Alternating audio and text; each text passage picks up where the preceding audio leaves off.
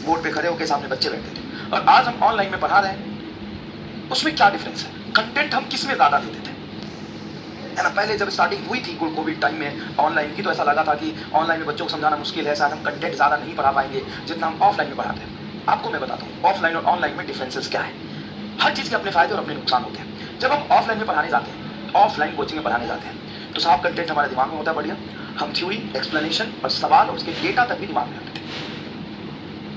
कम से कम हमारे पास ऑफलाइन में 7 घंटे तक लगातार मैंने पढ़ा हुआ, ऑफलाइन में भी 6-7 घंटे तो हम जाते थे। जब हम लिखते थे टॉपिक समझाया, डायग्राम, एक्सप्लेनेशन, हर थ्योरी हाथों से लिखते थे। ये तो हम यहाँ भी लिखते हैं। उसके बाद हम सवाल भी हाथों से लिखते थे। अब हाथ से सवाल लिखा, फिर उसको सॉल्व किया, हर एक स्टेप लिखा, सवाल का हर एक लैंग्वेज, हर एक डेटा लिखा। कोई अगर डायग्राम वाला सवाल है तो उसका डायग्राम बनाया।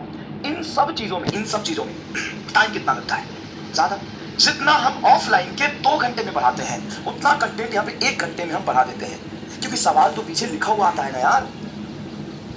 और आपके लिए भी ये चीज़ है, आप नोट्स बनाते हो, भले नोट्स बनाते हो मुझे समझ आता है, लेकिन नोट्स तो आप ऑफलाइन में ही बनाते हैं ना। ऑनलाइन में क्या, ऑफलाइन में क्या होता है? टीचर बोर्ड भर दिया, फिर बच्चा लिख रहा है, फिर टीचर एक बार बनाया, बच्चा लिख रहा है। तो लिखना तो वहाँ भी पूरा होता था, लिखना भी यहाँ पूरा होता है। लेकिन ऑनलाइन में नोट्स बनाना इतना मुश्किल क्यों हो गया? क्योंकि मास्टर साहब 2 और 3 टाइम्स कंटेंट आपको दे रहा है।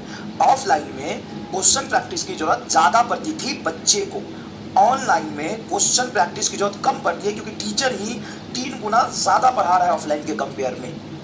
आप चाहें तो आप नोट्स कंपेयर कर ले साहब, आपको यकीन नहीं होगा। डीपीपी छोड़ के 1D और 2D में तो 300 साढ़े 300 सवाल मैंने क्लास में कराए। लॉज ऑफ मोशन में कम से कम 150 सवाल कराए। वर्क एनर्जी पावर में 100+ सवाल कराए, 150 सवाल कराए। ग्रेविटेशन जैसे छोटे चैप्टर में 120+ क्वेश्चन है। ग्रेविटेशन जैसे छोटे चैप्टर में 120+ सवाल है।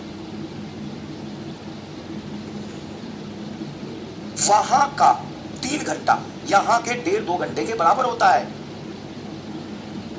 450 सवाल है 1D काइनेमेटिक्स में, यस। डीपीपी नहीं इंक्लूड है उसमें, डीपीपी इंक्लूड है ही नहीं उसमें। अब बताओ, मैं ये नहीं कह रहा कि आप प्रैक्टिस ना करिए, नया क्वेश्चन की प्रैक्टिस ना करिए, पहले ये करिए। आप एक चीज को फॉलो करिए, ध्यान से सुनिएगा, एक चीज बहुत अच्छी बात समझा रहा हूं। Minimum source maximum revision, but that minimum source must be reliable.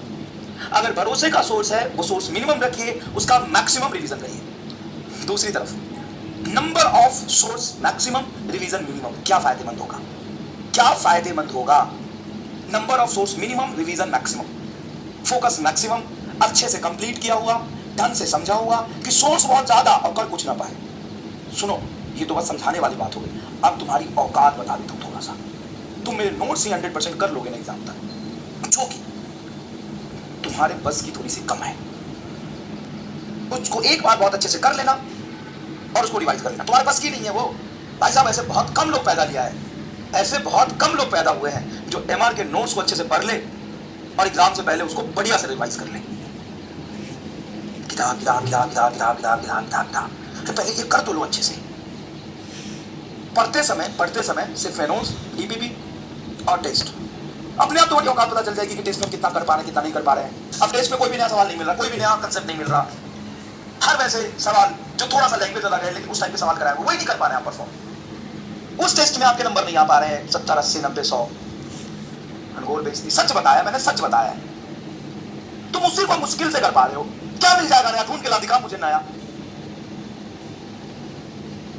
और मैं ये नहीं कहता हूं कि तुम सिर्फ यही के टेस्ट में परफॉर्म कर सकते हो, क्योंकि यहाँ के टेस्ट में नोट से बनते हैं। थोड़ा सा सुनना अच्छे से, कोई इसमें अदरवाइज मत लेना।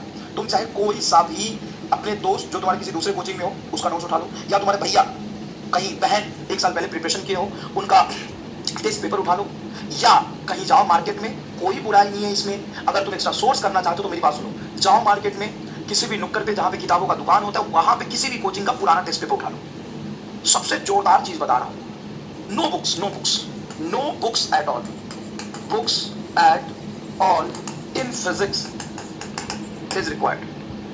अंग्रेजी ऐसी में कोई बात नहीं, आगे पीछे हो गया। No books is required in physics at all, कोई भी किताब की जरूरत नहीं। आप मेरे नोट्स पढ़िए, डीपीपी सॉल्व करिए, यहाँ का टेस्ट पेपर दीजिए और जाइए कहीं मार्केट में किसी दीदी से, भैया से, पुराने सीनियर से, जिससे आपको मिले या किसी भी कोचिंग का मिले, वहां पे आप बल्क में टेस्ट पेपर उठा लीजिए। टेस्ट पेपर उठा लीजिए, बल्क में साहब टेस्ट पेपर उठा लीजिए।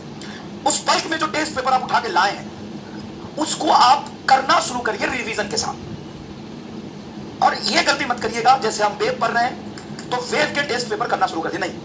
वेब जब आप पढ़ रहे हैं तो वेब के ही आपको नोट्स पढ़ने हैं, डीपीपी करने, बस। नोट्स और डीपीपी करने, बस बस बस। और जैसे काइनेमेटिक्स आप रिवाइज कर रहे हैं तो काइनेमेटिक्स पूरा रिवाइज कर लिया, उसके बाद आ जाइए बल्क में टेस्ट पेपर लाइए, मतलब 4 किलो टेस्ट पेपर लाइए, 5 केजी, नंबर नहीं, 5 केजी टेस्ट पेपर लाइए, टेस्ट पेपर। उससे बोल रहा कि 5 किलो टेस्ट पेपर दे दो किसी भी XYZ कोचिंग का। डज नॉट मैटर कि वो लोकल है या इंटरनेशनल है, कि ब्रांडेड है या नॉन ब्रांडेड है। उसे बोलिए कि 5 किलो टेस्ट पेपर दे दो, मिल जाएगा आपको आसानी से। आप कांटेक्ट करने की कोशिश करिए। मेरे पास 15-20 किलो पड़ा है, 15-20 किलो टेस्ट पेपर तो मेरे पास पड़ा है, लेकिन मैं आपको दे नहीं सकता। 20-25 किलो टेस्ट पेपर तो मैं बांट चुका पिछले 2-3 सालों में। बच्चे लेके जाते हैं, वापस ही नहीं करते। तो 5 किलो टेस्ट पेपर लाइए, मिल जाएगा आपको, मिल जाएगा। आप ढूंढने की कोशिश करिएगा तो मिल जाएगा। और रिवीजन के समय उसको करना शुरू कर दीजिए, रिवीजन के समय उसको करना शुरू कर दीजिए। ठीक है बेटा, क्या मैं सारी बात आपको समझा चुका हूं? क्या आपको कोई अभी भी कंफ्यूजन है तो बताइए। क्या अभी भी आपको कोई कंफ्यूजन है तो